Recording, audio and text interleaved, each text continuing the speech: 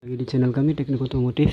Di kesempatan ini kami sudah mengganti klakson punya Thunder ya, yang punya New Mega Pro nya kecil banget suaranya.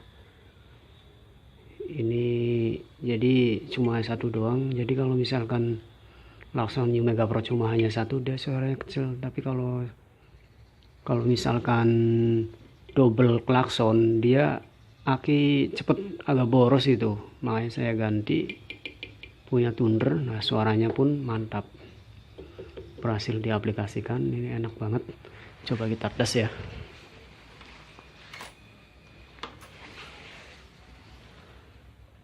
Kita pencet.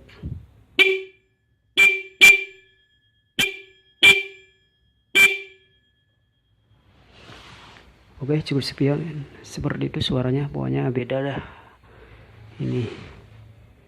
Oke, jangan lupa like dan subscribe ya. Jika ada pertanyaan silahkan komentar. Yang belum subscribe silahkan subscribe. Kalau bukan sekarang kapan lagi. Terima kasih yang sudah subscribe. Nantikan video yang akan datang.